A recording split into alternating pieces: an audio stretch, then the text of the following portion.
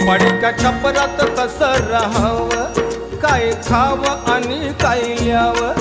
पडक्या छपरात कसं राहावं, काय खावं आणि काय ल्यावं.